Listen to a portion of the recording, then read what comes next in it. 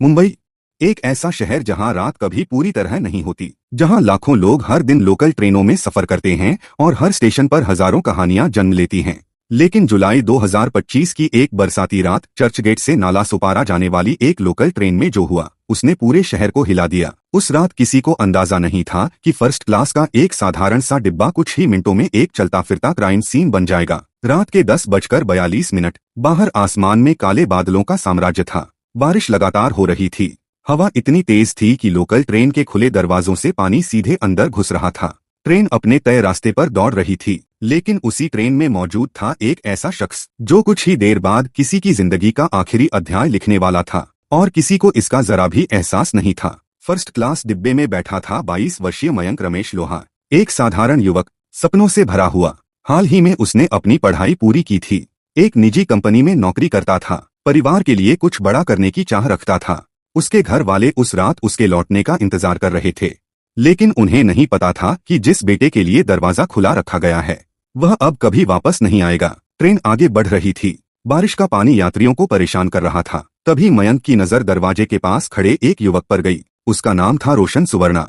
वह दरवाजे के बिल्कुल पास खड़ा था। मयंक ने उससे कहा, भाई दरवाजा बंद कर दो। एक सामान्य सी बात, रोज होने वाली बातचीत, लेकिन कभी कभी मौत बहुत छोटी वजहों से रास्ता ढूंढ लेती है। रोशन ने मना कर दिया। मयंक ने दोबारा कहा। जवाब और तीखा मिला। कुछ ही सेकंड में दोनों के बीच बहस शुरू हो गई। ट्रेन के बाकी यात्रियों ने ध्यान तो दिया, लेकिन किसी ने दखल नहीं दिया, क्योंकि मुंबई लोकल में छोटी मोटी बहसें आम बात हैं। किसी ने नहीं सोचा कि अगले कुछ मिनटों में यहाँ खून बहने वाला है। फिर अचानक बहस की आवाजें बंद हो गईं।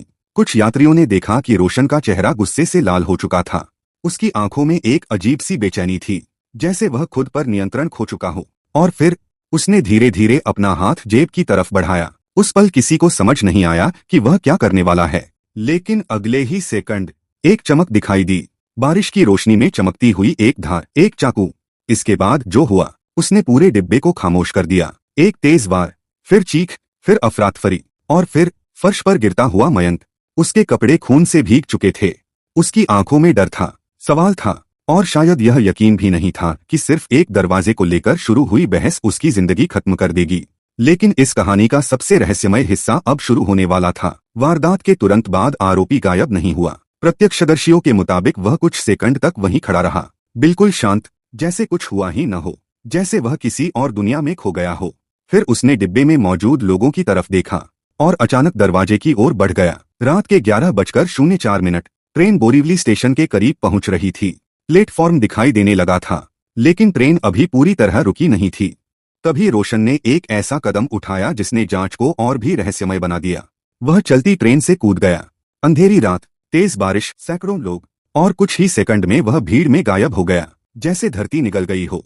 उधर डिब्बे में मयंक जिंदगी और मौत से लड़ रहा था। रेलवे पुलिस पहुंची, एम्बुलेंस आई, उसे अस्पताल ले जाया गया। डॉक्टरों ने घंटों कोशिश की, लेकिन किस्मत शायद पहले ही फैसला कर चुकी थी। कुछ समय बाद अस्पताल के एक कमरे से खबर बाहर आई, मयंक नहीं रहा।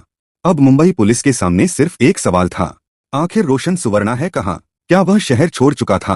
क्या वह किसी के घर छिपा था? क्या किसी ने उसकी मदद की थी? या फिर वह अभी भी मुंबई की भीड़ में घूम रहा था? अगले 24 घंटे पुलिस के लिए किसी थ्रिलर फिल्म से कम नहीं थे। करीब 400 सीसीटीवी कैमरे खंगाले गए। 10 से ज्यादा रेलवे स्टेशनों की फुटेज देखी गई। हजारों यात्रियों की भीड़ में एक चेहरे की तलाश शुरू हुई। बारिश के कारण कई फुटेज धुंधली थीं। कई कैमरों में सिर्फ एक परछाई दिखाई देती थी, लेकिन एक कैमरे में एक काली शर्ट पहने युवक नजर आया।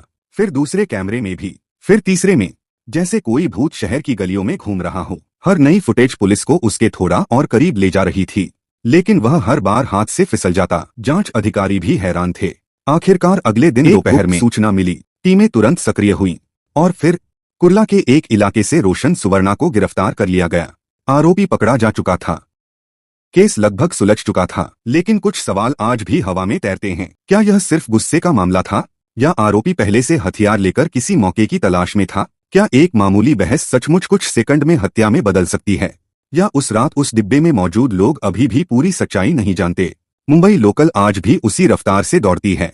हर रात हजारों लोग उसी फर्स्ट क्लास डिब्बे से गुजरते हैं, लेकिन कहते हैं, जिस जगह मयंक आखिरी बार गिरा था, वहां मौजूद कुछ यात्रियों को आज भी उस रात की चीखें याद हैं। एक चीख जो सिर्फ एक युवक की मौत की नहीं थी, बल्कि उन सपनों की थी जो कभी अपने घर वापस नहीं पहुंच